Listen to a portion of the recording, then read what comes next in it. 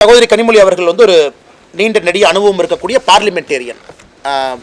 நிறைய முறை பார்லிமெண்ட்டுக்கு எலெக்ட் ஆகிருக்கிறாங்க, லோக்சபாவில் இருந்திருக்கிறாங்க. அக்காவுக்கு ப்ரொசீஜர் தெரியும். அதனால் என்னுடைய ஒரே ஒரு வேண்டுகோள் அக்கா கனிமொழி அவர்களுக்கு, எந்த விதத்தில் இது மாநில உரிமையை பறிக்கிறாங்கன்னு அக்கா சொல்லணும். இது வந்து இதற்கு முன்பு 4 தேர்தல் ஒரே நாடு ஒரே தேர்தல் நடந்திருக்கு. இன்னைக்கு இருக்கக்கூடிய எந்த அசம்பிளிக்கும் பிரச்சனை இல்லை. தமிழ்நாட்டில் இருக்கக்கூடிய அசம்பிளியும் இன்னும் 5 ஆண்டுகள் முழுமை பெறும். 2026 எலெக்ஷன் 31 வரைக்கும் போகுது. மாநிலத்தினுடைய உரிமை யார் பறிக்கிறாங்க? எங்கேயும் கூட மாநிலத்தில் இருக்கக்கூடிய கட்சிகளை நசுக்கலை. ஆனால் சகோதரி கனிமொழி அவர்களுக்கு நிச்சயமாக தெரியும், அரசியலுக்காக மட்டும் அவங்க பேசலாம்.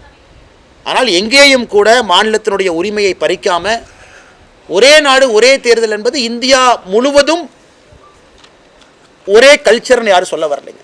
கல்ச்சரல் டிஃப்ரென்சஸ் இருக்குது, வேற்றுமையில் ஒற்றுமை இருக்குது.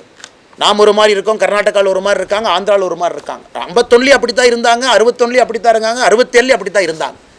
அதனால் இன்றைக்கி இந்தியா மறுபடியும் எப்படி ஆரம்பத்தில் நம்முடைய அரசியலமைப்பு சட்டம் இருந்ததோ அதை நோக்கி சென்று கொண்டிருக்கின்றோம் என்பதுதான் பொருள்.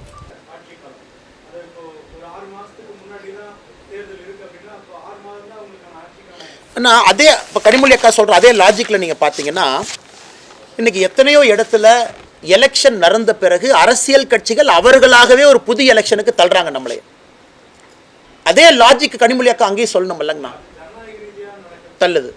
தள்ளுறாங்க. ஆனால் இல்லைங்கண்ணா, ஓட்டு போடும்போதே உங்களுக்கு தெரிஞ்சிருது. ஆனால் நம்ம முன்னாடி பண்ணல. 2034 நடக்கக்கூடிய தேர்தல் ஓட்டு போடும்போதே மக்களுக்கு தெரியும் இது 5 ஆண்டுகள் தான்.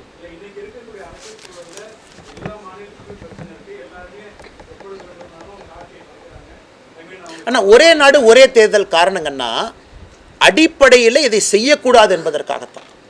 இப்போ 2037 ஒரு எலெக்ஷன் நடக்குதுன்னா அது 2 ஆண்டுகளுக்கு மட்டும்தான் தெரிஞ்சுதான் மக்கள் ஓட்டு போட போகிறாங்கண்ணா. அந்த 2037 தேர்தலில் போடுறவங்க சரி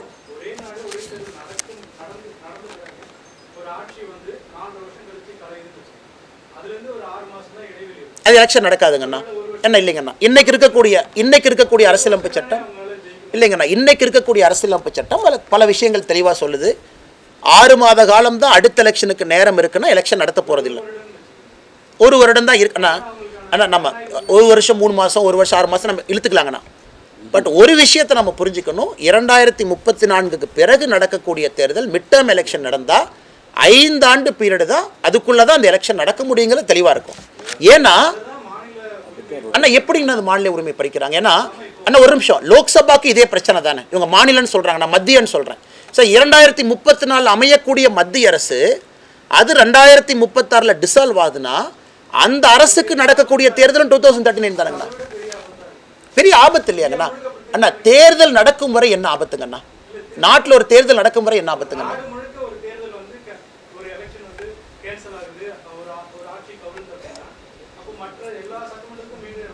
இல்லைங்கண்ணா, உதாரணத்துக்கு 2034 லோக்சபா வச்சுக்கலாங்கண்ணா. 2034 லோக்சபா, அந்த லோக்சபா ஏதோ ஒரு காரணத்திற்காக 2036 கலைதுன்னு வச்சுக்கலாங்கண்ணா. அப்போ 2036 நடக்கக்கூடிய லோக்சபா எலெக்ஷன் தனியாக நடக்கும். அதனுடைய பீரியடு 3 வருஷம் தான். அப்போ 2039 எல்லா லோக்சபாவும் அசம்பிளி அதே மாதிரி நடக்கும். இல்லை எங்கேயும் தவறு இல்லையாங்கண்ணா? அவ்வளோதாங்கண்ணா, 5 ஆண்டுக்கு ஒரு முறை தான். அதனால் கனிமொழி அக்கா சொல்கிறாங்க மாநில உரிமை பறிக்கிறீங்கன்னா மத்திய அரசுக்கும் அதே தானே. 2036 ஸ்டேபிள் கவர்மெண்ட் வரல, 34 அவங்களுக்கு இதே பிரச்சனை தானே. பாதகம் செய்பவரை கண்டால் நாம் பயங்கொள்ளலாகாது பாப்பா, மோதி மிதித்து விடு பாப்பா, அவர் முகத்தில் உமிழ்ந்து விடு பாப்பா. அண்மை செய்திகளை உடனுக்குடன் தெரிந்து கொள்ள இணைந்திருங்கள் இயம்நாடு தொலைக்காட்சியுடன்.